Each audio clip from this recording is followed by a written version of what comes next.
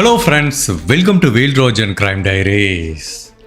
நம்ம இந்தியாவில் இருக்க மகாராஷ்டிரா இருக்க மும்பைக்கு பக்கத்தில் பாய்சருங்கிற ஒரு சின்ன அழகான ஊர் இருக்கு. அந்த ஊரில் இருக்க ஒரு போலீஸ் ஸ்டேஷனுக்கு நவம்பர் மாதம் 30 2021 ஒரு வயசான தம்பதிகள் ரொம்ப பதட்டமாக வர்றாங்க. காலையில் 10 மணி இருக்கும்.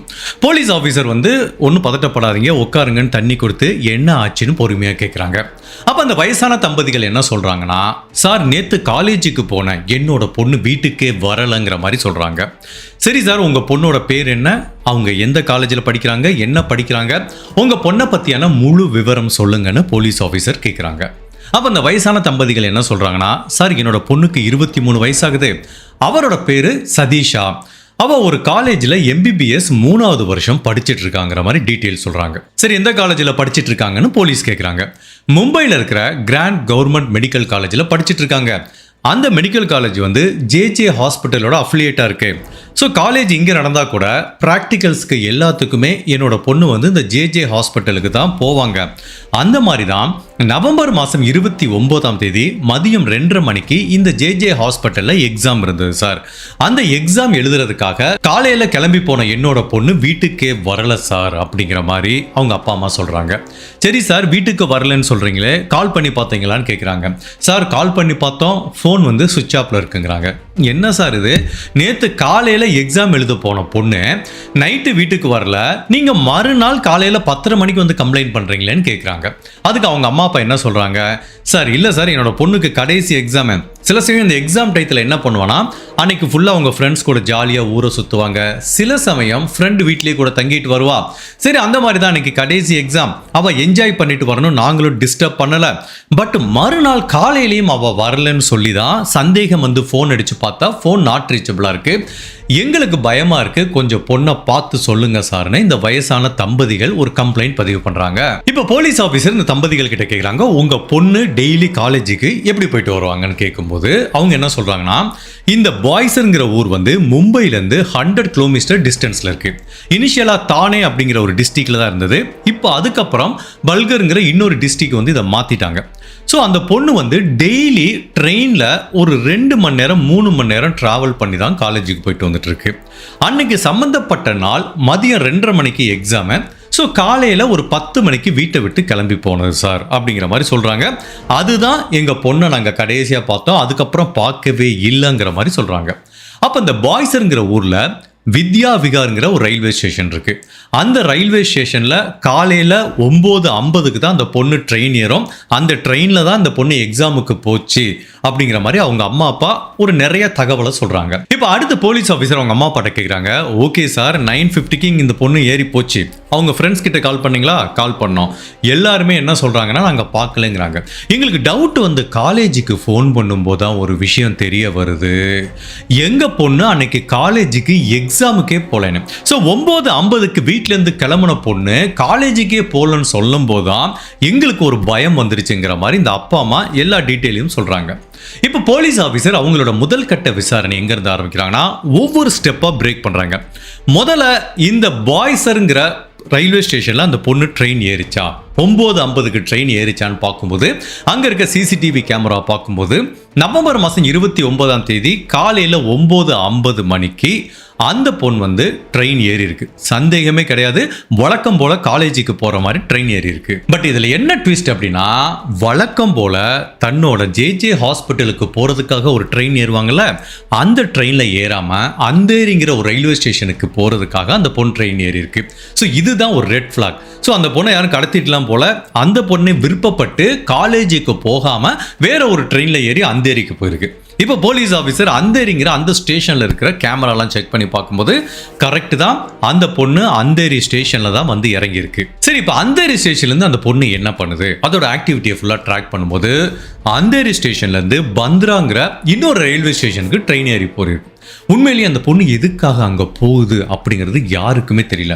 உடனே போலீஸ் ஆஃபீஸரும் அந்த கேமரா ஃபுல்லாக ட்ராக் பண்ணிட்டே போகிறாங்க. அப்படியே பந்த்ரா ஸ்டேஷனுக்கு போகிறாங்க. அந்த பொண்ணு பந்த்ராங்கிற ரயில்வே ஸ்டேஷனில் இறங்கி அந்த ஸ்டேஷனை விட்டு வெளியில் வந்ததுக்குரிய காட்சிகள் பதிவாயிருக்கு. அவங்க அம்மா அப்பாட்ட கேட்குறாங்க, உங்கள் பொண்ணுக்கு பந்த்ராவில் யாராவது தெரியுமான்னு கேட்டால், இல்லை சார் அந்த மாதிரி யாருமே தெரியாது, எதுக்காக என்னோட பொண்ணு அங்கே போனான்னு எனக்கு தெரியவே இல்லைங்கிற மாதிரி அவங்க அம்மா அப்பா சொல்கிறாங்க. சரி, இப்போ பந்த்ரால இறங்குதுல, இறங்கி ஸ்டேஷனை விட்டு வெளியில வருது. அதுக்கப்புறம் எங்க போகுதுன்னு ட்ராக் பண்றாங்க. அப்ப பார்க்கும்போது அந்த பொண்ணு வந்து ஆட்டோ ஏறி பந்த்ரா அப்படிங்கிற ஏரியால இருக்கிற பேண்ட் ஸ்டாண்டுங்கிற ஒரு பீச்சுக்கு போகுது. அந்த பீச் எப்படின்னா ராக் ஃபுல்லா கற்கள் நிறைஞ்சிருக்கும். நிறைய கப்புள்ஸ் ஜோடி ஜோடியாக வந்து அந்த பீச்சில் ரிலாக்ஸ் பண்ணிட்டு போவாங்க. ஸோ இந்த பேண்ட் ஸ்டாண்டுங்கிற ஏரியா எடுத்துக்கிட்டிங்கன்னா நிறைய பணக்காரர்கள் வசிக்கிற ஏரியா. அதுவும் சினிமா துறையை சேர்ந்த பிரபலங்களும் மிகப்பெரிய தொழிலதிபர்களும் அப்படி அடுக்கடுக்காக இருக்கிற அப்பார்ட்மெண்ட்டில் வசிக்கிற அந்த ஏரியா வந்து ரொம்ப ஒரு செலிபிரிட்டி இருக்கிறதுனால நிறைய சிசிடிவி கேமரா இருக்கும். ஸோ போலீஸ் ஆஃபீஸரோட வேலை வந்து ரொம்ப இலகுவாக இருக்குது. இந்த பொண்ணு பேண்ட் ஸ்டாண்டுங்கிற அந்த பீச்சுக்கு வந்து இறங்குதுல, அங்கேருந்து அதோட மூவ்மெண்ட் எல்லாத்தையும் ட்ராக் பண்ணுறாங்க. ஸோ அப்படி ட்ராக் பண்ணும்போது அந்த பொண்ணு வந்து ஒரு மதியம் வாக்கில் வருது. அப்புறம் அந்த பீச்சுக்குள்ளே போகுது. ரொம்ப நேரம் அந்த இடத்துல இருந்திருக்கு. அந்த பீச் எப்படி இருக்குன்னா மெயின் ரோடு அந்த பிளாட்ஃபார்ம்லேருந்து கொஞ்சம் உள்ளே போகணும். அங்கே போனால் நிறைய கற்கள், அது மேலே உட்காந்து எல்லாம் ஜாலியாக கடலை ரசிச்சிட்டு இருப்பாங்க. அதுக்கப்புறம் கொஞ்சம் தள்ளி வந்தால் ஒரு ஃபுட் ஸ்டால்லாம் நிறையா இருக்கும். திரும்ப மெயின் ரோடுக்கு வரணும். ஸோ அந்த பொண்ணு நைட்டு என்ன பண்ணியிருக்கு, ஒரு 8:30 மணி இருக்கும். திரும்ப இங்கே மெயின் ரோடுக்கு வந்து நிறைய சாப்பாடு வாங்கியிருக்கு. சாப்பாடு வாங்கிட்டு திரும்ப அந்த பீச்சுக்குள்ளேயே போய் அந்த கல்லை உட்காந்துருக்கு. அந்த பீச்சுக்கு பக்கத்தில் எந்த கேமராவும் இல்லை. பட் இந்த மூமெண்ட்டை ட்ராக் பண்ணும்போது வீட்டில் இருந்து காலையில் கிளம்புன பொண்ணு காலேஜுக்கு போகாமல் அந்தேரி போகுது. அந்தேரியிலேருந்து பந்த்ரா வருது. அங்கே இருக்கிற பேண்ட் ஸ்டாண்டுங்கிற பீச்சுக்கு போகுது. அந்த பீச்சிலே உட்காந்துருக்கு. உட்காந்து நைட்டு திரும்ப 8:30 மணிக்கு வந்து சாப்பாடு வாங்கிட்டு திரும்ப பீச்சுக்குள்ளே போயிருக்கு. பட் அந்த பெண் கூட யாருமே இருந்ததுக்குரிய தடயம் இல்லை. த்ரோட் இந்த ஜேர்னி எடுத்துக்கிட்டிங்கன்னா அந்த பொண்ணு தனியாக தான் இருக்குது. உண்மையிலேயே அந்த பீச்சில் போய் நைட்டு வரைக்கும் தனியாக என்ன பண்ணிட்டு இருக்குன்னு தெரியல. போலீஸ் ஆஃபீஸரும் சரி நீ 8:30 மணிக்கு திரும்ப சாப்பாடு வாங்கிட்டு போறேல, வெளியில வரணும்ல. பிகாஸ் ஒரு நைட்டு 9:30 மணி 10 மணிக்கு எல்லா மக்களும் கிளம்பி போயிடுவாங்க. அந்த பீச் வந்து அமைதியா இருக்கும். அந்த பொண்ணு வரும்னு வெயிட் பண்ணி பார்த்தா ஒரு கேமரால கூட பீச்சுக்கு உள்ள போன அந்த பொண்ணு திரும்ப வரவே இல்லை. அப்போ போலீஸ் ஒரு கன்க்ளூஷனுக்கு வராங்க. இந்த பீச்சுக்குள்ள, அதாவது நிறைய ராக் கற்கள் இருக்கிற இந்த பீச்சுக்குள்ள தான் அந்த பொண்ணுக்கு ஏதோ ஒரு பேராபத்து நிகழ்ந்திருக்கு அப்படிங்கிற ஒரு முடிவுக்கு வராங்க. ஒரு MBBS படிக்கிற மாணவி, 3ஆம் வருடம் படிக்கிற மாணவி வழக்கம் போல தன்னுடைய எக்ஸாமுக்கு போகாம எதுக்காக வித்தியாசமா பல ஏரியாக்களுக்கு மாறி போய் பேண்ட் ஸ்டாண்டுங்கிற ஒரு பீச்சில் போய் இறங்கினாங்க.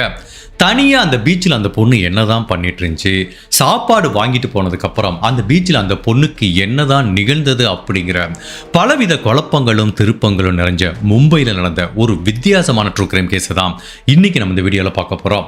அப்படி சதீஷாங்கிற இந்த பெண்ணுக்கு என்ன நிகழ்ந்ததுங்கிறத நம்ம தெரிஞ்சுக்கிறதுக்கு முன்னாடி உங்கள் டைம் 2 செகண்ட்ஸ் எனக்காக ஸ்பெண்ட் பண்ணி என்னோட வீடியோஸ் உங்களுக்கு பிடிச்சிருந்துச்சுன்னா லைக் பண்ணிட்டு கமெண்ட் பண்ணுங்க. இன்கேஸ் என்னோட சேனலை இது வரைக்கும் நீங்கள் சப்ஸ்கிரைப் பண்ணாமல் பார்த்தீங்கன்னா மறக்காம சப்ஸ்கிரைப் பண்ணி என்னை சப்போர்ட் பண்ணுங்க.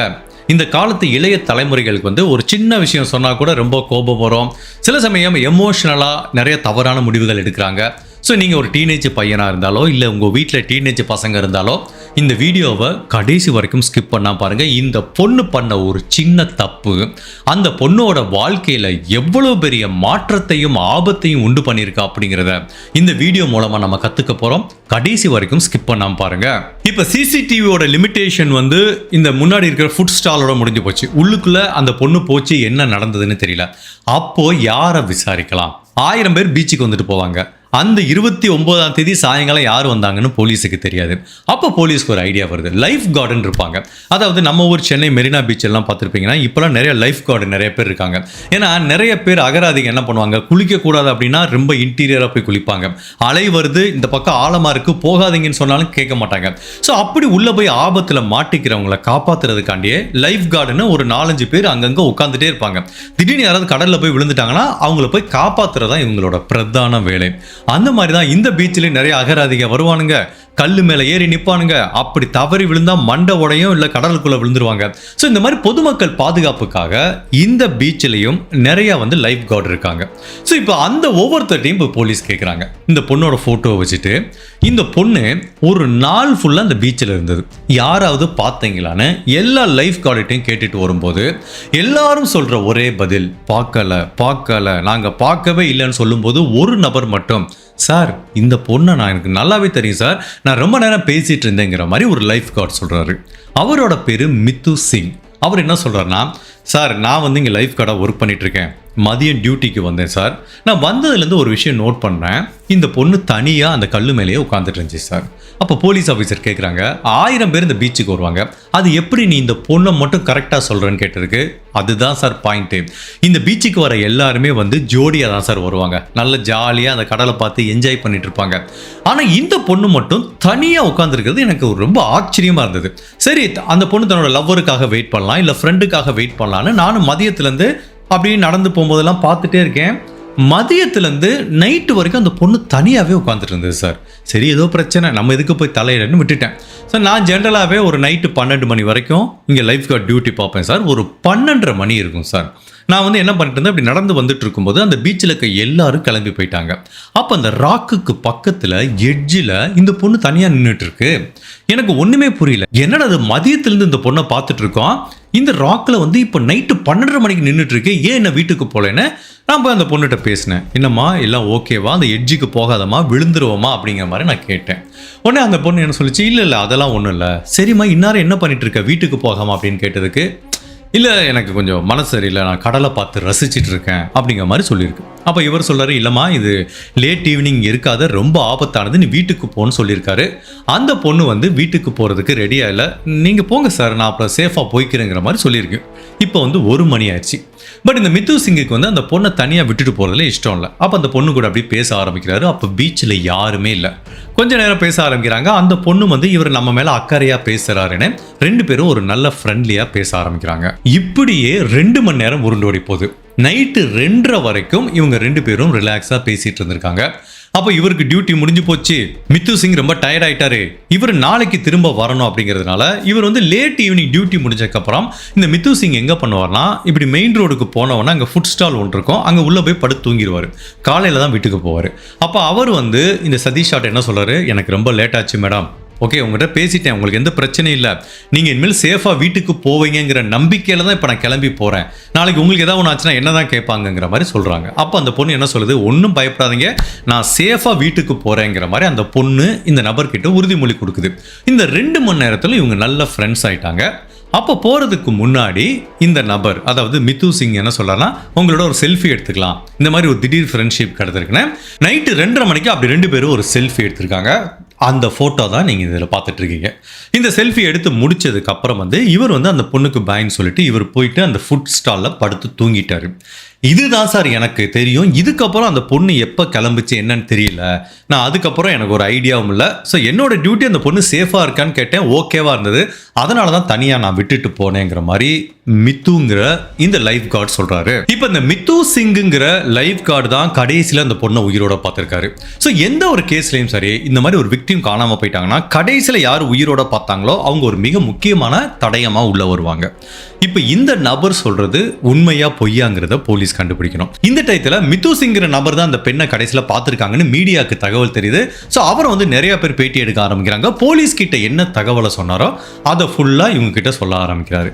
ஸோ மித்து சிங்கோட ஸ்டேட்மெண்ட் என்ன, நான் 2:30 மணிக்கு கிளம்பி போனவன் ஃபுட் ஸ்டாலில் போய் படுத்துட்டேங்கிறாரு. இப்போ போலீஸ் ஃபர்ஸ்ட் என்ன பண்றாங்க, அந்த மித்து சிங்கோட செல்போன் டேட்டா ரெக்கார்டை பார்க்குறாங்க. அந்த நபர் வந்து ஒரு விஷயத்தை சொல்ல மறந்துட்டாரா இல்ல மறைச்சிட்டாரான்னு தெரியல. அந்த நபர் என்ன பண்ணியிருக்காரு, காலையில் 4 மணிக்கு சதீஷாங்கிற இந்த பெண்ணுக்கு வந்து ஃபேஸ்புக்கில் ஒரு ஃப்ரெண்ட்ஸ் ரிக்வெஸ்ட் கொடுத்துருக்காரு. அந்த ரிக்வெஸ்ட்டை வந்து அந்த பொண்ணு ரிஜெக்ட் பண்ணவும் இல்லை, அப்ரூவ் பண்ணவும் இல்லை.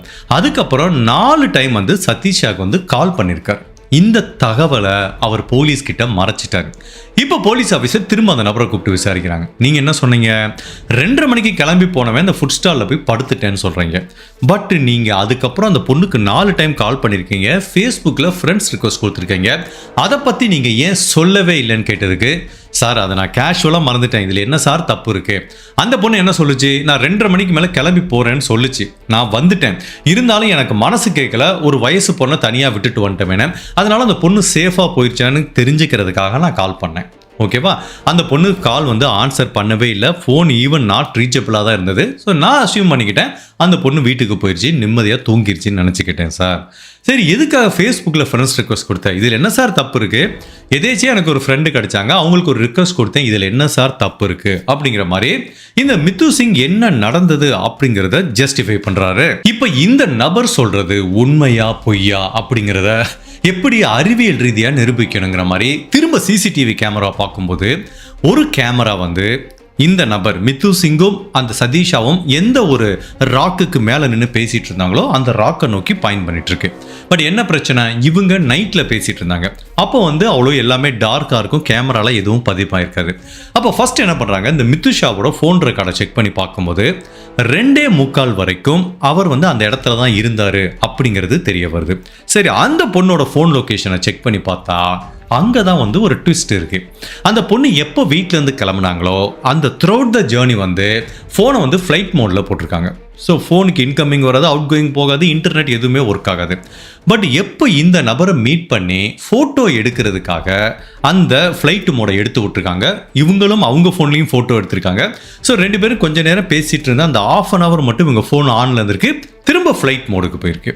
ஸோ பட் இவங்க ஃபோன் ஆன் ஆன இடைப்பட்ட அந்த 1/2 hour, அதாவது நைட்டு 2லேருந்து 2:45 வரைக்கும் இடைப்பட்ட அந்த டயத்தில் வந்து இந்த மித்து சிங்கோட செல்ஃபோன் டவரும் அந்த சதீஷாவோட செல்ஃபோன் டவரும் ஒரே லொக்கேஷனில் காட்டுது, அதுவும் அந்த ராக்குக்கு பக்கத்தில் தான் காட்டுது. ஸோ அப்போ அந்த மித்துங்கிற நபர் சொன்னது உண்மைன்னு தெரிய வருது. ஸோ செல்ஃபோன் டேட்டா ரெக்கார்ட் நிரூபிக்கப்படுது. அதே டயத்தில் அந்த ஒரு சிசிடிவி கேமரா இருக்குல்ல, அந்த ராக்கை பாயிண்ட் பண்ணிட்டு இருக்க கேமராவில் ஒரு விஷயம் என்ன பதிவாயிருக்குன்னா, இப்போ நைட்டு நம்ம செல்ஃபி எடுக்கும்போது ஒரு ஃப்ளாஷ் லைட் வரும்ல, அந்த மாதிரி ஃப்ளாஷ் லைட் வந்து ஒரு 2:30லேருந்து 2:45 பல டைம் ஃப்ளாஷாக அடிச்சிருந்திருக்கு. அப்போ இந்த நபர் சொன்னது கரெக்ட் தான், அந்த டயத்தில் தான் இவங்க ஃபோட்டோ எடுத்திருக்காங்க. ஸோ கண்டிப்பாக 2:45 வரைக்கும் 2 பேரும் ஒரே இடத்துல தான் இருந்திருக்காங்கிறது 100% உறுதி செய்யப்படுது. அது மித்துங்கிற இந்த நபர் சொன்னதோட மேட்சும் ஆகுது. பட் போலீஸுக்கு வந்து இன்னுமே இந்த மித்து சிங்கிற நபர் மேலதான் ஒரு சந்தேகம் இருக்கு. ஓகே, நீ 2:45 கிளம்பி வர்ற, 4 மணிக்கு அந்த பொண்ணுக்கு கால் பண்ணிருக்க, ஃபேஸ்புக்கில் ஃப்ரெண்ட்ஸ் ரிக்வஸ்ட் கொடுத்துருக்க, அப்போ இடைப்பட்ட இந்த 1.5 மணி நேரம் நீ தூங்கல, என்ன பண்ண, எங்க இருந்த அப்படிங்கிற கொஸ்டின் தான் போலீஸுக்கு வர ஆரம்பிக்குது. ஸோ அப்போ இந்த இடைப்பட்ட 1.5 மணி நேரத்துக்குள்ள அந்த சதீஷாங்கிற பெண்ணை இந்த லைஃப் கார்டு மித்து சிங் ஏதாவது பண்ணியிருந்தா அப்படிங்கிற சந்தேகம் வருது. அப்போ இவங்கிட்ட இருந்து எப்படி உண்மையை வர வைக்கிறதுக்காக நார்கோ டெஸ்ட் எடுக்கணும் அப்படிங்கிற மாதிரி இவங்க கோர்ட்ல வந்து ஒரு பெர்மிஷன் கேட்குறாங்க. ஸோ அந்த நார்கோ அனாலிசிஸ் டெஸ்ட் எடுக்கிறதுக்கு நிறைய புரோட்டோகால் இருக்கு. ஃபர்ஸ்ட் சம்பந்தப்பட்ட அந்த நபர் வந்து கோர்ட்டு முன்னாடி வந்து ஆஜராகி எனக்கு உடல்நிலையும் மனநிலையும் கரெக்டாக இருக்குன்னு சொல்லணும். அதுக்கப்புறம் அந்த நபரை வந்து அந்த டெஸ்ட்டுக்கு உட்படுத்துவாங்க. ஸோ அந்த டெஸ்ட் நார்கோ டெஸ்ட்டுங்கிறது சில மயக்க மருந்தை கொடுத்து ஆள் மனசுக்கு கூட்டிகிட்டு போயிட்டு உள்ளே இருக்கிற உண்மையை வந்து வர வைக்கிற டெஸ்ட் தான். பட் இதில் சட்டத்திட்டம் என்ன சொல்லுதுன்னா, இந்த நார்கோ அனாலிசிஸ் டெஸ்ட் மூலமாக நீ எந்த இன்ஃபர்மேஷன் தெரிஞ்சாலும் அதை கோர்ட்டில் ஒரு தடயமாக யூஸ் பண்ணிக்க கூடாது. பட் போலீஸ் என்ன பண்ணலாம், இந்த நார்கோ அனாலிசிஸ் அப்போ அந்த மித்து சிங் என்ன சொல்கிறானோ அந்த டேட்டாவை வச்சு இந்த கேஸை நீ கிராக் பண்ணலாம், முயற்சி பண்ணலாங்கிற மாதிரி தான் ஒரு புரோட்டோகால் இருக்கு. இப்போ வந்து இந்த கோர்ட்டில் ஆஜர்படுத்துறதுக்காக இவனை வெயிட் பண்ணுறாங்க. பட் மித்து சிங்குக்கு இந்த நார்கோ அனாலிசிஸ் டெஸ்ட் கொடுக்கறதுல இன்ட்ரெஸ்ட் இல்லை. ஸோ அவன் வந்து காலம் தாழ்த்திக்கிட்டே இருக்கான். ஸோ இந்த இன்சிடென்ட் எப்போ நடந்தது, நவம்பர் மாதம் 2021. இப்போ வர்றேன், இந்த மாதம் வர்றேன், ஜான்வரி, பிப்ரவரி, மார்ச், ஏப்ரல், மே, ஜூன், ஜூலைன்னு கிட்டத்தட்ட ஆகஸ்ட் மாதமே வந்துருச்சு. ஸோ ஒவ்வொரு மாதமும் ஏதாவது ஒரு ரீசனை சொல்லி இழுத்து அடிச்சுட்டு இருந்தவன் ஃபைனலாக ஆகஸ்ட் மாதம் 2022 கோர்ட்டில் ஆஜராகிறான். எனக்கு உடல்நிலை கரெக்டாக இருக்குங்கிறான். ஸோ நார்கோ டெஸ்ட்டுக்கு வந்து கோர்ட்லேருந்து பர்மிஷன் கொடுக்குறாங்க. ஸோ இந்த நார்கோ டெஸ்ட்டையும் எடுத்து பார்க்குறாங்க. அதுலேயும் அவன் என்ன சொல்கிறான் அப்படின்னா, போலீஸ்கிட்ட என்ன சொன்னானோ அந்த தகவலை தான் சொல்கிறான், உருப்படியாக எதுவுமே சொல்லலை. ஸோ இதுவும் வந்து போலீஸுக்கு மிகப்பெரிய செட்பேக். போலீஸோட அனுமானம் இவன் தான் ஏதாவது பண்ணியிருப்பான்னு நினைக்கிறாங்க. பட் இவனை லிங்க் பண்றதுக்கு எந்த விதமான தடயமும் கிடைக்கல. அப்ப இந்த கேஸ் என்ன ஆகுது, கிரைம் பிரான்ச்சுக்கு மாத்தப்படுது. போலீஸால தீர்க்க முடியல. இப்ப கிரைம் பிரான்ச்சை பொறுத்த வரைக்கும் இந்த நார்கோ டெஸ்ட் எடுத்திருப்பாங்களே, அந்த ரெக்கார்டிங் ஃபுல்லா திரும்ப போட்டு பார்க்குறாங்க. 10 டைம் 15 டைம் போட்டு பார்க்கும்போது அதுல சின்னதா ஒரு பிரேக் த்ரூ கிடைக்குது. இவன் ஒரு வார்த்தையை உளறியிருக்கான். அதாவது இவன் 2:30 மணிக்கு கிளம்பி வந்தவன் அதுக்கப்புறம் சதீஷாவை பார்க்கலைங்கிறான். 4 மணிக்கு தான் மெசேஜ் அனுப்பிச்சிருக்கான். இவன் என்ன சொல்லியிருக்கான், காலையில் 3:30க்கு அந்த பொண்ணு என் பக்கத்தில் இருந்தா அப்படிங்கிற மாதிரி ஒரு ஸ்டேட்மெண்ட்டை வந்து அவன் சொல்லியிருக்கான். ஸோ இப்போ அந்த ஸ்டேட்மெண்ட்டை ஆதாரமாக எடுத்துக்கிறாங்க. திரும்ப இவனை கூப்பிட்டு விசாரிக்கிறாங்க. அப்போ இவன் என்ன சொல்கிறான், சார் நீங்கள் என்ன மருந்து கொடுத்தீங்கன்னு எனக்கு தெரியாது, ஸோ நான் என்ன சொன்னேன்னு எனக்கு தெரியாது, ஆனால் நான் 2:30 மணிக்கு அந்த பொண்ணுக்கு பாய் சொல்லிட்டு வந்தேன். அதுக்கப்புறம் நான் வந்து படுத்துட்டேன் சார். 4 மணிக்கு தான் மெசேஜ் அனுப்பிச்சேன், கால் பண்ணேன். இடையில என்ன நினச்சின்னு எனக்கு தெரியாதுன்னு இவன் தெளிவாக சொல்கிறான். இப்போ இதை வச்சுட்டு ஒன்றும் பண்ண முடியல, அவன் ஒத்துக்க மாட்டேங்கிறான். ஆனால் 3:30 மணிக்கு ஏதோ ஒரு விஷயம் நடந்திருக்குன்னு போலீஸ் திங்க் பண்ணுறாங்க. சரி ஒன்று பண்ணுவோம், அந்த 2:30 மணிலேருந்து 4 மணி வரைக்கும் அந்த பீச் பக்கத்தில் இருக்க எல்லா கேமராவையும் திரும்ப செக் பண்ணலான்ட்டு இன்ச் பை இன்ச்சாக எல்லா கேமராவும் செக் பண்ணி பார்க்கும்போது இன்னொரு பிரேக் த்ரூ கிடைக்குது. அதாவது காலையில் ஒரு 3:30 மணி இருக்கும். அந்த ராக் பீச்சுக்கு பக்கத்தில் ஒரு சின்ன சுவர் இருக்கு. அந்த சுவர் எங்கன்னா அப்படி இறங்கி போனால் கடல் வரும். அந்த செவத்துலேருந்து இந்த மித்து சிங்கிறவன் கஷ்டப்பட்டு மேலே ஏறி வந்திருக்கான். தட் மீன்ஸ் 3:30 மணிக்கு அவன் அந்த கடலுக்குள்ளே இறங்குனதுக்குரிய தடயம் கிடைக்குது. எப்போ இறங்கினாங்கிறது பதிவாகலை, பட் அவன் ஏறி வந்தது மட்டும் பதிவாயிருக்கு. ஸோ இவன் என்ன சொன்னான், 2:30 மணிக்கு நான் போய் அந்த ஃபுட் ஸ்டாலில் படுத்துட்டேங்கிறான். 3:30 மணிக்கு நீ சம்மந்தமே இல்லாமல் கடலுக்குள்ளேருந்து அந்த காம்பவுண்ட் வழியாக திரும்ப மேலே ஏறி வந்திருக்கையே. அப்போ வந்து பார்த்தீங்கன்னா கையில் ஒரு பொருளை எடுத்துகிட்டு வரதை பார்க்குறாங்க. இது தொலைதூரத்தில் இருக்க ஒரு கேமரா இருக்குது, அதில் வந்து கொஞ்சம் நல்லாவே பதிவாயிருக்கு. ப்ளஸ் இவன் ஏறி வந்த இடத்துல கொஞ்சம் வெளிச்சமாக இருந்ததுனால மித்து சிங் தான் ஏறி வந்தான் அப்படிங்கிறதும் உறுதி செய்யப்படுது. அவன் கையில் என்ன வச்சிருந்தான் அப்படிங்கிறதும் உறுதி செய்யப்படுது. ஆக்சுவலாக அவன் கையில் என்ன வச்சிருக்கானா லைஃப் ஜாக்கெட். இந்த லைஃப் கார்டெலாம் என்ன பண்ணுவாங்க, எப்பவுமே ஒரு லைஃப் ஜாக்கெட் வச்சிருப்பாங்க. யாராவது ஒருத்தவங்க உள்ளே விழுந்துட்டாங்கன்னா அதை கையில் எடுத்துகிட்டு போய் அவங்கள காப்பாற்றுவாங்க. அந்த மாதிரி ஒரு லைஃப் ஜாக்கெட் இவன் வச்சிருக்கான். சரிப்பா, இந்த காலையில் 3:30 மணிக்கு எதுக்கு நீ அந்த பக்கம் இறங்கினா, அதுவும் லைஃப் ஜாக்கெட்டை எடுத்துகிட்டு போனேன், அப்போ உங்ககிட்ட ஏதோ ஒரு தப்பு இருக்கலன்னு. இப்போ அந்த லைஃப் ஜாக்கெட்டை கண்டுபிடிச்சா அதில் ஏதாவது தடயம் கிடைக்குமா அப்படின்னு சந்தேகப்பட்ட போலீஸ் இப்போ முதல் முறையாக அவன் வீட்டுக்கு போய் சோதனை பண்ணும்போது அந்த லைஃப் ஜாக்கெட் கிடைக்குது. அதுக்குள்ள காஞ்சு போன ரத்த கரைகளை பார்க்குறாங்க. இதை பார்த்தவனே போலீஸுக்கு கிளியராகவே புரிஞ்சு போச்சு, இவன் தான் சதீஷாவை கொலை பண்ணி இந்த லைஃப் ஜாக்கெட்டில் சுற்றி எங்கேயோ அதை ஒரு இதுவாக அந்த பொண்ணோட உடம்பை தூக்கிட்டு போகிறதுக்காக பயன்படுத்தியிருக்கான். மேபி போலீஸோட பெஸ்ட் கெஸ் கடலுக்குள்ள அந்த பொண்ணோட உடம்பை தூக்கி போட்டிருக்கிறதுக்கு வாய்ப்பு இருக்குன்னு இப்போ சந்தேகத்தின் அடிப்படையில் இந்த நபர் மித்து சிங்கை வந்து அரெஸ்ட் பண்ணுறாங்க. பட் போலீஸுக்கு இன்னொரு சந்தேகம் என்ன அப்படின்னா, இவன் மட்டும் அந்த பொண்ணோட உடம்பை இந்த லைஃப் ஜாக்கெட்டில் தூக்கி இந்த காம்பவுண்டில் ஏறி இறங்கி கடலுக்குள்ளே போட்டிருக்க முடியுமா அப்படின்னா கண்டிப்பாக வாய்ப்பில்லை. அதுக்கு இன்னொரு நபர் உதவி செஞ்சுருக்கணும். அது யாருன்னு பார்க்கும்போது இவங்களுடைய வேலை பார்க்குற இன்னொரு லைஃப் கார்டோட பேர் அன்சாரி. அவன் என்ன பண்ணியிருக்கான், நைட்டு 12:30 மணிக்கு தான் இந்த மித்து சிங் வந்து சதீஷாவை மீட் பண்ணான். 2 பேரும் 2:30 மணி வரைக்கும் பேசிட்டு இருக்காங்க. இவங்க 2 பேரும் பேசிட்டு இருக்க நேரத்தில் கிட்டத்தட்ட பல டைம் அன்சாரிங்கிற இந்த நபர் வந்து இவருக்கு கால் பண்ணிட்டே இருந்திருக்கான். ஆனால் அந்த அன்சாரிக்கு அப்போ டியூட்டி முடிஞ்சு அவன் வீட்டுக்கு போயிட்டான். அவன் தொடர்ந்து கால் பண்ணிட்டே இருக்கிறதுனால கண்டிப்பாக அந்த அன்சாரிக்கு இவன் சதீஷா கூட பேசிட்டு இருக்கான் அப்படிங்கிறது நல்லா தெரிஞ்சிருக்கு. அதுக்கு ரிலேட்டடாக ஏதோ ஒரு இன்ஃபர்மேஷன் அவனுக்கு தேவைப்பட்டிருக்கு. அதுக்காண்டி தான் அன்சாரி கால் பண்ணியிருக்கான். அப்போ அன்சாரிக்கும் இதில் தொடர்பு இருக்குமோ அப்படிங்கிற சந்தேகம் போலீஸுக்கு வருது. இப்போ போலீஸோட சந்தேகத்தை மேலும் உறுதிப்படுத்துற மாதிரி இந்த பொண்ணு காணாம போன 2 நாள் கழிச்சு மித்து சிங் அண்ட் அன்சாரி 2 பேருமே ஒரு ஃபுட் கோர்ட்ல சாப்பிட்டுட்டு இருக்கும்போது அதை பக்கத்தில் இருக்க ஒரு நபர் கேட்டிருக்காரு. இவங்க 2 பேரும் என்ன பேசிட்டு இருக்காங்கன்னா, அந்த அன்சாரி இந்த மித்து சிங் கிட்ட கேட்குறான், டேய் ரொம்ப நேரமாக பேசிட்டு இருந்தல, அந்த பொண்ணை சம்மதிக்க வச்சிட்டியா, ஒத்துக்கிட்டாளா, எல்லாம் பண்ணீங்களா இப்படிங்கிற மாதிரி கேட்டிருக்கான். என்னடா எனக்கு ஒரு சான்ஸ் கொடுக்காம போயிட்டே அப்படிங்கிற மாதிரி பல விதமா அந்த பெண் கூட உடல் ரீதியான தொடர்புல இருக்கிறத பத்தி பேசியிருக்காங்க. இந்த அன்சாரிக்கு வந்து அளவு கடந்த ஒரு ஆர்வம் இருந்திருக்கு அந்த 2 மணி நேரம் அவங்க என்ன பேசிட்டு இருந்தாங்க அப்படிங்கிறது. ஸோ நைட்டு ஒரு 2 மணிக்கு இந்த அன்சாரி தொடர்ந்து இந்த மித்து சிங் கால் பண்ணியிருக்கான். அதுக்கப்புறம் காலங்காத்தால ஒருக்க கால் பண்ணியிருக்கான்.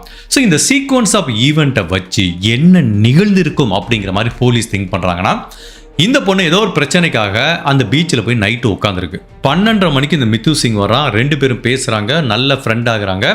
அப்போ வந்து இவனுக்கு அந்த பொண்ணு மேலே ஒரு ஆசை வருது. சுற்றி யாரும் இல்லை, அந்த பொண்ணு ஏதோ ஒரு பிரச்சனையில் இருக்குது. இந்த டயத்தில் அந்த பொண்ணை நம்ம கரெக்ட் பண்ணால் ஜாலியாக என்ஜாய் பண்ணலான்னு முடிவு பண்ணியிருக்கான். ஸோ 2:30 மணிக்கு தான் 2 பேரும் செல்ஃபி எடுத்திருக்காங்க. அப்படி எடுக்கப்பட்ட செல்ஃபியில் பார்க்கும்போது அந்த பொண்ணு எந்த விதமான பதட்டமும் இல்லை, இவங்கிட்ட ஒரு இன்செக்யூரும் அந்த பொண்ணு ஃபீல் பண்ணவில்லை. ஸோ இப்போ வரைக்கும் எல்லாம் நார்மலாக போயிட்டு வந்திருக்கு. இந்த செல்ஃபி எடுத்ததுக்கு அப்புறம் அவன் கண்டிப்பா அந்த பெண் கிட்ட தவறா நடக்க முயற்சி பண்ணியிருக்கான். அந்த பெண் அதுக்கு மறுப்பு தெரிவிச்சிருக்காங்க. மேபி இந்த பாறைகள் இருக்கிற ஏரியாவில் விழுந்து எங்கேயாவது இறந்து போயிருக்கலாம்.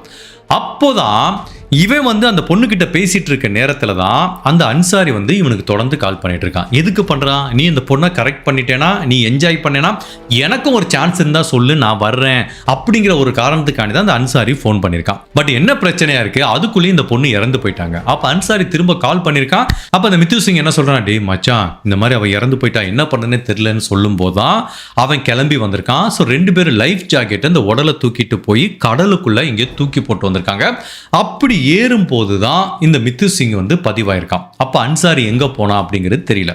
இந்த அன்சாரியோட தொடர்பு என்ன, அதுல இவனோட கான்ட்ரிபியூஷன் என்ன அப்படிங்கிறது வந்து 100% போலீஸால கிளியராகவே எஸ்டாப்ளிஷ் பண்ண முடியல.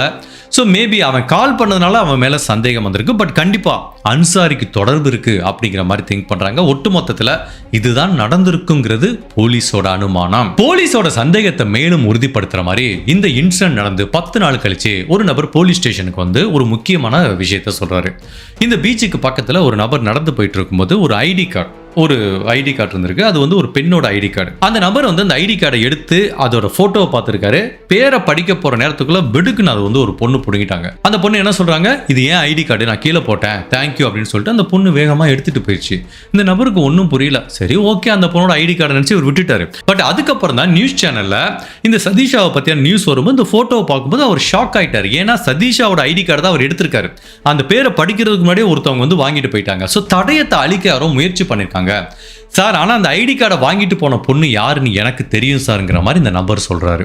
சரி யாருன்னு சொல்லுங்கன்னா அந்த ஏரியா ஃபுல்லா சல்லடை போட்டு பார்க்கும்போது தெரிஞ்சு போச்சு. ஸோ அந்த பொண்ணு யாருன்னா இந்த மித்து சிங்கோட கசின். ஸோ போலீஸ் என்ன நினச்சிக்கிட்டாங்க, மித்து சிங் தான் அந்த பொண்ணை அரேஞ்ச் பண்ணி அந்த ஐடி கார்டை தேட சொல்லும்போது ஒருத்தன் எடுத்திருக்கான். அப்போ அந்த பொண்ணு வாங்கிட்டு வந்துச்சு. ஸோ தடயங்களை அழிக்க முயற்சி பண்ணதுனால ஸோ கண்டிப்பாக மித்து சிங்குக்கு இதில் தொடர்பு இருக்கு அப்படிங்கிற மாதிரி பல விஷயங்கள் நடக்க ஆரம்பிக்குது. ஸோ கண்டிப்பாக இவன் தான் கொலை பண்ணியிருப்பான் அப்படிங்கிறத போலீஸ் உறுதியாக நம்புறாங்க.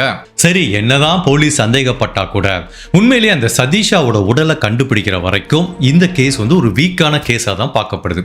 அப்போ இவன் கடல்ல போய் தூக்கி போட்டு வந்திருப்பான் அப்படிங்கிறத உறுதிப்படுத்திட்டு பல டைவர்ஸும் நேவியும் சரி அந்த ஏரியாவில் இருக்கிற கடல்ல ஃபுல்லாக சல்லடை போட்டு தேடுறாங்க. 4 நாள் 5 நாள் தேடுறாங்க. அந்த பெண்ணோட சடலத்தை கண்டுபிடிக்க முடியல. அந்த பெண்ணோட சடலம் மட்டுமல்ல, அவங்க கடைசியாக போட்டிருந்த பேக்கு, அதுக்கப்புறம் அவங்க போட்டிருந்த ட்ரெஸ்ஸு, அவங்க உடைமைகள், போஸு எதையுமே வந்து அந்த கடலுக்குள்ளேருந்து கண்டுபிடிக்க முடியல. ஏன்னா போலீஸ் நினச்சிக்கிட்டாங்க இவங்க ரொம்ப டீப்பாக போயிருக்க வாய்ப்பு இல்லை. ஸோ கண்டிப்பாக கொஞ்சம் தூரம் தான் போயிருப்பாங்கன்னு அந்த ஏரியாவில் ஃபுல்லாக தேடி பார்த்தும் அந்த சடலம் கண்டுபிடிக்கல. அப்புறம் வந்து பார்த்தீங்கன்னா அந்த ஏரியாவில் அன்ஐடென்டிஃபைட் பாடின்னு சொல்லுவாங்க. யாராவது உடலை கண்டுபிடிச்சிருப்பாங்க, யாருன்னே தெரியாமல் அரசு மருத்துவமனையில் இருக்க பிணவரையில் வச்சிருப்பாங்க. ஸோ அந்த மாதிரி ஐடென்டிஃபை பண்ணப்பட்ட உடல்களையும் ஒன்றா டிஎன்ஏ டெஸ்ட் பண்ணி பார்க்குறாங்க.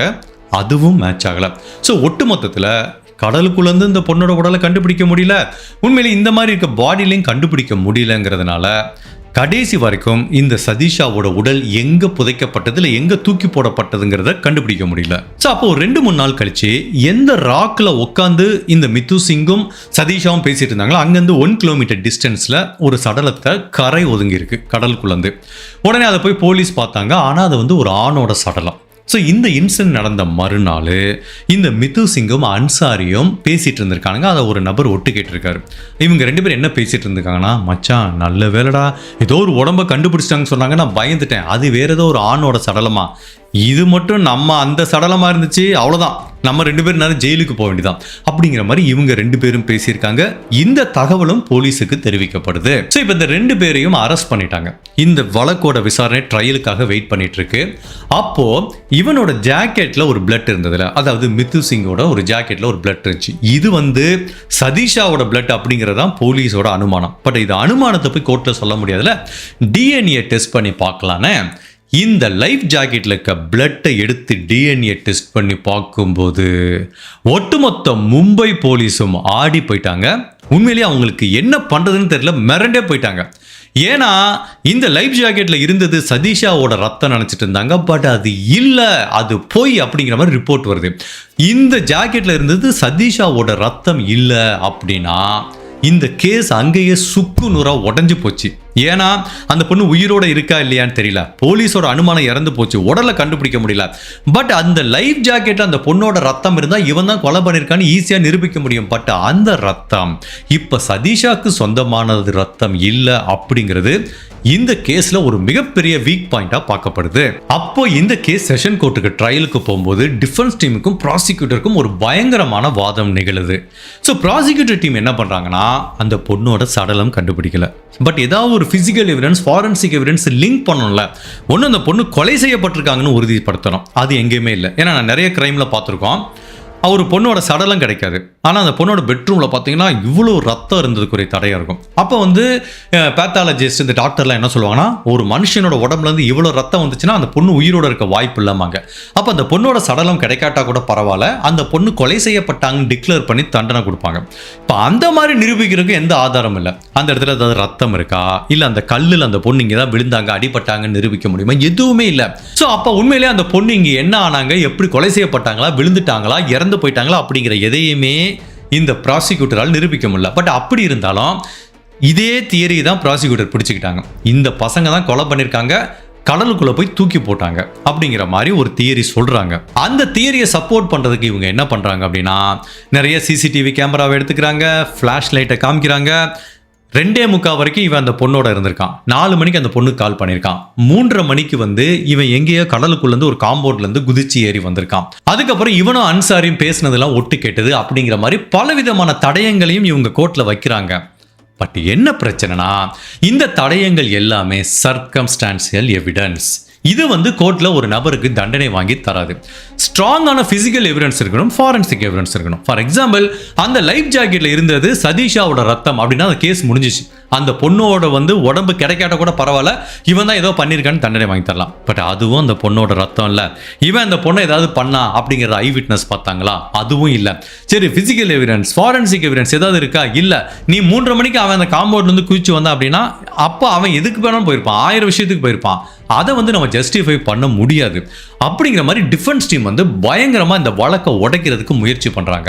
இவங்களும் என்னென்னமோ சொல்லி பார்க்குறாங்க. ப்ராசிக்யூட்டர், இங்கே பாருங்க சார், 2 பேரும் நாங்கள் ஃபோன் ரெக்கார்ட்லாம் காமிக்கிறோம், 3 மணி வரைக்கும் ஒன்றா இருந்திருக்காங்க, கடைசியில் இவன் தான் அந்த பொண்ணை பார்த்துருக்கான், ஏதோ ஒன்று பண்ணியிருக்கான், காம்பவுண்ட்லேருந்து எந்திரிச்சு வந்திருக்கான்னு எவ்வளவோ சொன்னா கூட பட் என்ன பண்ணுறாங்கன்னா, டிஃபென்ஸ் டீம் வந்து கடுமையாக ஆர்கியூ பண்ணுறாங்க. அவங்க என்ன சொல்கிறாங்க, நீ உடம்ப கண்டுபிடிச்சியா? இல்லை, அந்த பொண்ணு உயிரோடு இருந்தால் என்ன பண்ணுவேன்? அந்த பொண்ணு இறந்து போச்சுன்னு உன்னால் நிரூபிக்க முடிஞ்சா? அதுவும் இல்லையே. சரி, இறந்து போச்சுன்னா வச்சுப்போம்ப்பா, என்னோட கிளைண்ட் தான் பண்ணாருங்கிறத டைரக்டா நிரூபிக்க ஒரு தடயம் கூட இல்லை. அப்புறம் எப்படி என்னோட கிளைண்ட் தான் இதை பண்ணியிருப்பாருன்னு நீங்க சொல்லலாங்கிற மாதிரி இந்த மித்து சிங் அண்ட் அன்சாரியோட டிஃபென்ஸ் டீம் கடுமையான வாக்குவாதம் பண்றாங்க. பட் அப்ப செஷன் கோர்ட்ல இவங்க 2 பேருக்கு பெயில் கொடுக்க மாட்டேங்கிறாங்க. பட் செஷன் கோர்ட்ல இந்த வழக்கோட விசாரணை போயிட்டு இருக்கு. இப்போ இந்த டிஃபென்ஸ் டீம் என்ன பண்றாங்க, ஹை கோர்ட்டுக்கு போயிட்டு பெயில் கேட்குறாங்க. பெயில் வந்து கொடுத்துட்றாங்க. ஏன்னா சரியான ஆதாரம் இல்லையே, பெயில் கொடுத்துறாங்க. பட் இருந்தாலும் செஷன் கோர்ட்ல இந்த கேஸ் வந்து தொடர்ந்து நடந்துட்டு இருக்கு. 2021 நடந்த இந்த நிகழ்வோட வழக்கு இப்ப 2026 வருஷம் வரைக்கும் மும்பை செஷன் கோர்ட்ல இந்த வழக்கு நடந்துட்டு இருக்கு. இப்போ வரைக்கும் அந்த பெண்ணோட சடலம் கண்டுபிடிக்கப்படல. இப்போ வரைக்கும் இந்த 2 பேத்துக்கும் அந்த கொலைக்கும் தொடர்பு இருக்கு அப்படிங்கிறத அறிவியல் ரீதியாக நிரூபிக்க முடியல. அப்போ இந்த கேஸ் வந்து அன்சால்வ்டா அப்படின்னு நம்மளுக்கு ஒரு டவுட் வரலாம். இது அன்சால்வ்டுன்னு சொல்ல முடியாது. இந்த கேஸ் வந்து ஒரு ஆன்கோயிங் கேஸ்ன்னு சொல்லலாம். ஏன்னா அன்சால்வ் அப்படின்னா ஒன்றுமே இல்லைப்பா, இந்த கேஸ் முடிஞ்சு போச்சு, இனிமேல் ஒன்றும் இல்லைன்னு சொல்லிடலாம். அந்த கேஸ்லேருந்து அவங்கள ரிலீஸ் பண்ணிட்டாங்க அப்படின்னு கேட்டால் இன்னுமே ரிலீஸ் பண்ணல, பெயில் தான் கொடுத்துருக்காங்க. ஸோ இப்போ ப்ராசிக்யூட்டர் டீம் வந்து என்ன பண்ணுறாங்கன்னா, தடயங்களை ஏதாவது ஒரு சின்ன லிங்க் கிடைக்காதுன்னு கண்டுபிடிக்க இன்னமே முயற்சி பண்ணிட்டு இருக்காங்க. இன்னமே இந்த கேஸை பொறுத்த வரைக்கும் மித்து சிங்கும் அன்சாரி தான் முதன்மை குற்றவாளி. ஏதாவது ஒரு தடயம், இல்லை அந்த பொண்ணோட மேபி சடலம் இவ்வளோ நாளுக்கு அப்புறம் கண்டுபிடிக்கப்பட்டாலோ, இல்லை அந்த பொண்ணுக்கு சொந்தமான ஏதாவது உடைமைகள் கண்டுபிடிக்கப்பட்டாலோ இந்த வழக்குக்கு திரும்ப உயிர் கிடைக்கும். கண்டிப்பாக இந்த 2 பேரும் திரும்ப விசாரணை வளையத்துக்குள்ள வருவாங்க. அந்த மாதிரி ஒரு ஆப்பர்ச்சுனிட்டிக்காண்டி தான் ப்ராசிக்யூட்டர் டீமும் போலீஸ் டீமும் வெயிட் பண்ணிட்டு இருக்காங்க. ஸோ இந்த வழக்கை அன்சால்வ்டுன்னு சொல்ல முடியாது, இது ஒரு ஆன்கோயிங் கேஸ்ன்னு சொல்லலாம். சரி, ஓகே, இந்த வழக்கோட ஒரு ப்ராப்பரான முடிவு இல்லை அப்படிங்கிறது நம்மளுக்கு கொஞ்சம் டிசப்பாயின்மெண்ட்டாக இருந்தால் கூட இந்த வழக்கு வந்து எனக்கு பயங்கர வித்தியாசமாக பட்டுச்சு. இதை ஒரு அன்சால்வ்டு கேஸ்ன்னு சொல்ல முடியல, இல்லை இந்த கேஸ் ஒரு சால்வ்டு அப்படிங்கிறது மாதிரி சொல்ல முடியல. சில கேஸ் வந்து பார்த்தீங்கன்னா அன்சால்வ்டாக இருக்கும், ஆனால் இவன் தான் கொலை பண்ணியிருப்பான்னு நம்மளுக்கு தெரியும், இவன் தாண்டா பண்ணியிருக்கான், பட் சரியான தடயம் எல்லாம் விட்டுட்டாங்கன்னு சொல்ல முடியும். பட் இந்த கேஸில் வந்து அப்படியும் சொல்ல முடியல. உண்மையிலே இந்த மித்து சிங்கிறவன் நிரபராதியாக கூட இருக்கலாம். பட் அப்படி இருந்தாலும் ஃபிசிக்கல் எவிடன்ஸ் வந்து எதுவுமே இல்லாமல் எந்த கேஸையுமே ஒரு கன்க்ளூஷனுக்கு நீதிமன்றத்தால் வர முடியாது. சரி, இந்த கேஸ் வந்து ஒரு ஆன்கோயிங் கேஸ். என்னை பொறுத்த வரைக்கும் என்னைக்காவது ஒரு நாள் இந்த கேஸ் சால்வ் செய்யப்படும், சதீஷாவுக்கு என்ன நிகழ்ந்ததுங்கிறது இந்த உலகத்துக்கு தெரிய வருங்கிற நம்பிக்கை இருக்கு. பட் அதுக்கு முன்னாடி இந்த கேஸை பற்றி நம்ம கம்ப்ளீட்டாக டீகோட் பண்ணி பார்ப்போம். அதாவது விடை தெரியாத பல மர்மங்கள் இந்த கேஸ்ல இருக்கு. நான் இந்த ஸ்டேஜுக்கு வரும்போது எல்லார் மனசுலயும் ஒரு கொஸ்டின் வரும். அந்த பொண்ணு நல்ல காலேஜ் படிக்கிற பொண்ணு, 3வது வருஷம் MBBS படிச்சுட்டு இருக்குல்ல, எதுக்காக எக்ஸாம் எழுதாம இப்படி சம்பந்தமே இல்லாத ஒரு பீச்சில் வந்து மதியத்திலிருந்து நைட்டு வரைக்கும் தனியா உட்கார்ந்துருந்துச்சு? That is a super question. அந்த கொஸ்டினுக்கு யாருக்குமே விட தெரியல. போலீஸ் ஆஃபீஸர் அவங்க அம்மா அப்பா கிட்ட கேட்குறாங்க, ஏதாவது வீட்டில் பிரச்சனையா? இல்லை, நோ. கூட படிக்கிற பசங்கிட்ட கேட்குறாங்க, எல்லாத்துட்டும் சொல்கிறாங்க நோ. ரொம்ப க்ளோஸாக இருக்கவங்ககிட்ட கேட்குறாங்க, நோ. ஏதாவது லவ்வர் இருக்கானா? அப்படியும் இல்லை. அப்போ அந்த பொண்ணு எதுக்காக அந்த பீச்சுக்கு போய் தனியாக பகல்லேருந்து நைட்டு ஃபுல்லாக உட்காந்துருக்கணும் அப்படிங்கிறதுக்கு 2-3 தியரி சொல்கிறாங்க. ஒன்று, அந்த பொண்ணுக்கு படிப்பில் ஒரு ஃப்ரஸ்ட்ரேஷன் ஆகி எக்ஸாம் ஃபெயிலியர் ஆயிடுவோம் அப்படிங்கிற பயத்தில் அந்த பீச்சுக்கு போயிருக்கலாங்கிறாங்க. இல்லை, 2வது, தனக்கு நெருக்கமான ஒரு நபரை பார்க்கறதுக்காக அந்த பீச்சில் வெயிட் பண்ணிட்டு இருந்திருக்கலாம். ஏதோ ஒரு நபர் வருவாருன்னு அவருக்காக வெயிட் பண்ணிட்டு இருந்திருக்கலாம். அப்படி இல்லைன்னா ஏதோ ஒரு மனப்பிரச்சனை, ஏதோ ஒன்று ரொம்ப வாழ்க்கையில் ஃப்ரஸ்ட்ரேட் ஆகி வெறுத்து போய் எனக்கு இந்த உலகமே வேண்டாண்டா அப்படிங்கிற மாதிரி வந்து பீச்சில் உட்காந்துருக்கலாம். ஸோ இந்த 3ல் ஏதாவது ஒரு விஷயம் நடந்திருக்கலாம். பட் உண்மையிலேயே 3 வருஷம் ஒரு பொண்ணு காலேஜ் படிக்குது, திடீர்னு ஒரு கடைசி எக்ஸாமுக்காக பயந்துட்டு இப்படி பீச்சில் போய் உட்காந்துருக்குங்கிறது நம்புற மாதிரி இல்லை. அந்த பொண்ணு யாருக்காவது வெயிட் பண்ணிட்டு இருக்கலாம். என்ன பண்ணுவோம்? ஜென்ரலாக வெயிட் பண்ணுறவங்க என்ன பண்ணுவாங்க? ஒரு ஃபோன் பண்ணுவாங்க, எங்கே இருக்க, லேட் ஆச்சு, ஏன் வரலன்னு. அந்த ஃபோன்லேருந்து சந்தேகப்படும்படியே எந்த விதமான அவுட் கோயிங் காலும் போல. அதுக்கு மேலே என்ன பண்ணுவோம்? ஒரு நபருக்காக வெயிட் பண்ணுறோம். சரி, 6 மணி, 7 மணி, 8 மணி, அந்த நபர் வரலைன்னா நம்ம ஒரு 8 மணிக்கு வீட்டுக்கு போயிடுவோம்ல. ஆனால் அந்த பொண்ணு நைட்டு வரைக்கும் இங்கே பீச்சிலே உட்காந்துருக்கே. அப்போ என்ன அர்த்தம்? அந்த பொண்ணு யாருக்காகவும் வெயிட் பண்ணலை. அந்த பொண்ணுக்கு அந்த பீச்சில் ஒரு தனிமை தேவைப்பட்டிருக்கு. ஏதோ ஒரு பயங்கரமான மனப்பிரச்சனையிலையோ மனக்குழப்பத்திலையும் இருந்திருக்காங்க. அதே டயத்தில் இப்போ நிறைய பேத்துக்கு மனப்பிரச்சனை இருந்தால் கூட வீட்டில் போய் உட்காந்துருப்பாங்க. ஏன்னா நைட்டு இப்படி பீச்சில் தனியாக இருக்கிறது சேஃப் கிடையாது. பட் அதையும் தாண்டி அந்த பொண்ணு தனியாக உட்காந்துருக்குன்னா அந்த பொண்ணுக்கு வீட்டுக்கு போகவும் பிடிக்கல. அதுவும் ஒரு ஃபேக்டர் வந்திருக்கு. ஸோ வீட்டுக்கு போகவும் பிடிக்கல, காலேஜுக்கு போகவும் பிடிக்கல, ஏதோ ஒரு சோகம் அந்த பெண்ணோட மனசுல இருந்திருக்கு. ஏதோ ஒரு லெட் அவுட்டுக்காக எங்கே போகிறது என்ன பண்ணுறதுன்னு தெரியாமல் ஒரு மிகப்பெரிய பிரச்சனையில் மாட்டிட்டு அதுக்கு விடை தெரியாமல் இந்த பீச்சில் வந்து உட்காந்துருக்க வாய்ப்பு இருக்குது அப்படிங்கிற மாதிரி தான் நான் நினைக்கிறேன். சரி, அதுக்கப்புறம் இந்த கேஸை வந்து நான் சொன்ன விஷயங்கள்லாம் படித்து பார்த்த வரைக்கும் போலீஸ் இதெல்லாம் பண்ணாங்களான்னு தெரியல. எனக்கு டக்குன்னு நம்ம இன்வெஸ்டிகேஷன் பெர்ஸ்பெக்டிவ்ல பார்க்கும்போது போலீஸ் இந்த மித்து சிங்கோட ஃபோன் ரெக்கார்டை பார்த்துருக்காங்க. ஸோ 2:45 வரைக்கும் அவன் அந்த பொண்ணு கூட இருந்திருக்கான். 4 மணிக்கு கால் பண்ணியிருக்கான். 3:30 மணிக்கு ஒரு சிசிடிவியில் அவன் பதிவாயிருக்கான். இந்த 2:45க்கு அப்புறம் அவனோட செல்ஃபோன் டேட்டா ரெக்கார்டை போலீஸ் செக் பண்ணாங்களா அப்படிங்கிறது தெரியல. நான் படித்து பார்த்த வரைக்கும் அந்த மாதிரி தகவல் தெரியல. அப்படி செக் பண்ணியிருந்தா அவன் எங்கெல்லாம் போயிருந்திருக்க வாய்ப்பு இருக்குது அப்படிங்கிறத ஒரு தடயமாக அவங்க பதிவு பண்ணியிருக்கலாம். பட் அதை வந்து பண்ணாமல் விட்டாங்கன்னு தோணுது. இல்லை பண்ணியிருக்கலாம், பண்ணி வந்து போலீஸுக்கு வந்து சரியான தகவல் கிடைக்காம இருந்திருக்கலாம். பட் ஒட்டுமொத்தத்தில் ஒன்று மட்டும் புரியுது, இவன் போலீஸ் கிட்ட சொன்ன மாதிரி 2:45 போய் இவன் படுத்து தூங்கலை. இவன் அதுக்கப்புறம் இங்கேயே தான் சுற்றிட்டு இருந்திருக்கான். என்ன காரணம்னு தெரியல. 3:30 மணிக்கு ஒரு காம்பவுண்டுக்குள்ளேருந்து குதிச்சு வந்திருக்கான். ஸோ இவங்கிட்டையும் கண்டிப்பாக ஏதோ ஒரு தப்பு இருக்குது. இவன் போலீஸ் கிட்ட மறைக்கிறான். அதில் எந்த விதமான மாற்று கருத்தும் கிடையாது. இப்போ அடுத்த கொஸ்டின், சரி அவன் ஒரு லைஃப் ஜாக்கெட்டோட வர்றான், உள்ள ரத்தம் இருந்துச்சு, ஆகா சூப்பர் தடையண்டா, அந்த கேஸ் முடிஞ்சிச்சுன்னு பார்த்தா அந்த ரத்தம் சதீஷாக்கு சொந்தமானது இல்லை. அப்படி சதீஷாக்கு சொந்தமான ரத்தம் இல்லைன்னா அது யாருக்கு சொந்தமான ரத்தம்? அதை போலீஸ் கண்டுபிடிச்சாங்களா அப்படிங்கிறதுக்கு இப்போ வரைக்கும் விடை தெரியல. சரிப்பா, அந்த பொண்ணோட சதீஷாவோட ரத்தமே இல்லைன்னு வச்சுப்போம். போலீஸோட கெஸ் என்ன? அந்த லைஃப் ஜாக்கெட்டில் வச்சு தான் அந்த பொண்ணோட சடலத்தை தூக்கிட்டு போயிருக்கானுங்க. அப்போ அதில் ரத்தத்தை மட்டும் டெஸ்ட் பண்ணாங்களா? இல்லை ஃபைபர் மெட்டீரியலை டெஸ்ட் பண்ணியிருந்தாலும் அந்த பொண்ணு போட்டிருந்த ட்ரெஸ்ஸு அதுக்கு சம்மந்தமான ஃபைபர் மெட்டீரியல் இதில் ட்ரான்ஸ்ஃபர் ஆகிருக்கும். டச் டிஎன்ஏ எவ்வளோ டெக்னாலஜி இருக்குது, அந்த மாதிரி போலீஸ் வந்து இதை ட்ராக் பண்ணாங்களான்னு தெரியல. அப்படி உண்மையிலேயே இந்த லைஃப் ஜாக்கெட்டில் அந்த பொண்ணோட உடலை தூக்கிட்டு போயிருந்தா கண்டிப்பாக ஃபைபர் மெட்டீரியல் ட்ரான்ஸ்ஃபர் ஆகிருக்கும். அதை எடுத்திருந்தா கூட இந்த கேஸை கிராக் பண்ணியிருக்கலாம். அதை பண்ணாங்களா இல்லையா அப்படிங்கிறது தெரியல. அதுக்கப்புறம் நான் இதை படிக்கும்போது எனக்கு ஒரு ஃபாரின் கேஸ் ஞாபகம் வருது. ஓஷன் கிராஃபர்ஸ்னு இருப்பாங்க.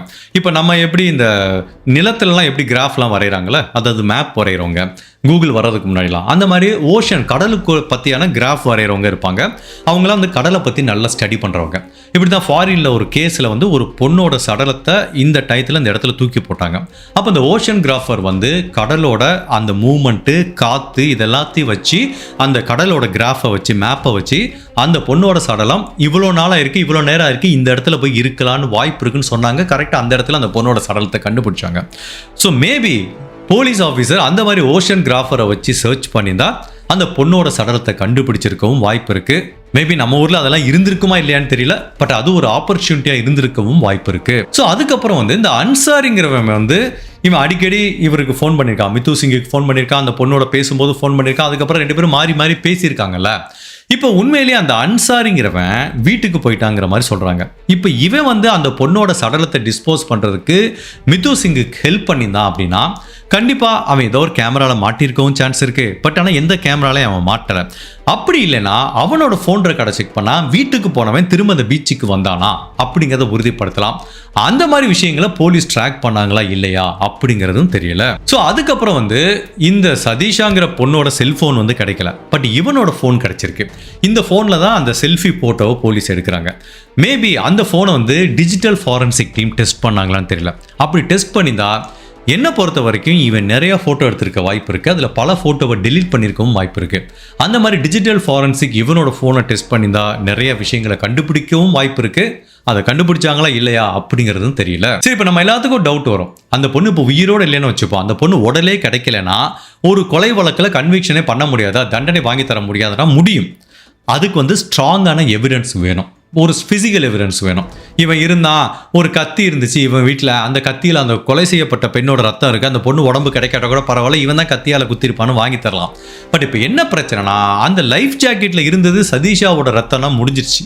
பட் இப்போ வந்து எந்த ஒரு ஃபிசிக்கல் எவிடன்ஸும் ஃபாரன்சிக் எவிடன்ஸும் அந்த பொண்ணு கொலை செய்யப்பட்டாங்கிறதையும் உறுதிப்படுத்தலை, அது இவன் தான் பண்ணியிருப்பான் அப்படிங்கிறதையும் உறுதிப்படுத்தாதனால தான் அந்த உடல் கிடைக்கல. அப்படியே கிடைக்காம இருந்து இந்த மாதிரி எவிடன்ஸ் இருந்தால் தண்டனை வாங்கி தரலாம். இப்போ எவிடன்ஸும் இல்லையே, அப்போ இவனுக்கு எப்படி தண்டனை வாங்கி தர முடியும்? வாய்ப்பே கிடையாது. பட் இப்போ போலீஸுக்கு இன்னொரு சந்தேகம் வருது. இப்போ எல்லா லைஃப் கார்டுகிட்டையும் போய் கேட்குறாங்கல்ல, இந்த பொண்ணை பார்த்தீங்களான்னு. அப்போ எல்லாருமே பார்க்கலன்னு சொல்லும்போது இந்த மித்து சிங் மட்டும் வந்து வாலண்டியராக நான் பார்த்தேன், 2 மணி நேரம் பேசினேன், செல்ஃபி எடுத்தேன்னு இவ்வளோ விஷயத்த சொல்கிறானே. இதுக்கு பின்னாடி 2 விதமான சைக்காலஜி இருக்கலாம். ஒன்று, அவன் உண்மையிலேயே நிரபராதியாக இருக்கலாம், நடந்ததை அப்படியே போலீஸ்கிட்ட சொல்லியிருக்கலாம். அப்படி இல்லை அப்படின்னா இல்லை நாளைக்கு எப்படி போலீஸ் என்னை கண்டுபிடிச்சிருவாங்க, இப்போ நான் முடியாதுன்னு சொல்லி நாளைக்கு அந்த பொண்ணோட நான் பேசி இங்கே 2:30 மணி வரைக்கும் உட்காந்துருந்துங்கிறத கண்டுபிடிச்சு கேட்டாங்கன்னா நம்ம மாட்டிப்போம். அதனால் இது வரைக்கும் போலீஸ்கிட்ட சொல்லலாம், இப்படி ஏமாத்திருங்களா அப்படிங்கிற மாதிரி போலீஸை ஏமாத்துறதுக்காக இப்படி ஒரு கட்டுக்கதையை சொல்லியிருக்கலாம். இந்த 2:30 மணிக்கு அப்புறம் என்ன நிகழ்ந்தது அப்படிங்கிறத வந்து அவன் பொய் சொல்லியிருக்கான், மறைச்சிருக்கான். ஸோ அந்த மாதிரி ஒரு கட்டுக்கதையை அவிழ்த்து விட்டுருக்கவும் வாய்ப்பு இருக்குங்கிற மாதிரி தான் திங்க் பண்ணுறாங்க. பட் அதே டயத்தில் அந்த பொண்ணோட ஐடி கார்டை ஒரு நபர் கண்டுபிடிக்கிறாரு. இந்த மித்து சிங்கோட ஒரு சிஸ்டர் இன்லா அந்த ஐடி கார்டை வாங்கிட்டு போறாங்களே, இந்த வந்து அந்த மித்து சிங்கும் சிஸ்டர் இன்லாவும் வந்து மறுக்கிறாங்க, நாங்கள் அந்த மாதிரி ஐடி கார்டை வந்து பிடுங்கிட்டுலாம் போகவே இல்லைங்கிறாங்க. அது எந்த அளவுக்கு உண்மைன்னு தெரியல. பட் இவங்க பண்ணலைன்னா அந்த நபர் எதுக்காக ஒரு நபர் வந்து பொய் சொல்லணும்? ஸோ கண்டிப்பாக எவிடன்ஸை டெஸ்ட்ராய் பண்ணுறதுக்கும் இவங்க முயற்சி பண்ணியிருக்காங்க. ஒட்டுமொத்தத்தில் இதை பார்க்கும்போது இந்த கேஸ் வந்து சால்வே பண்ண முடியாதா அப்படின்னு கேட்டால் கண்டிப்பாக சால்வ் பண்ணலாம். மேபி இன்னும் கொஞ்சம் பெட்டராக விசாரிச்சிருந்தா இந்த கேஸை சால்வ் பண்ணியிருக்கலாங்கிற மாதிரி தோணுது. பட் அதே டயத்தில் இது எல்லாத்தையும் வச்சு பார்க்கும்போது இந்த மித்து சிங் உண்மையிலேயே நிரபராதியா இல்லை அவன் தான் ஏதாவது பண்ணியிருப்பானா அப்படின்னு பார்க்கும்போது பல விஷயங்கள் அவனுக்கு சாதகமாக இருக்குது.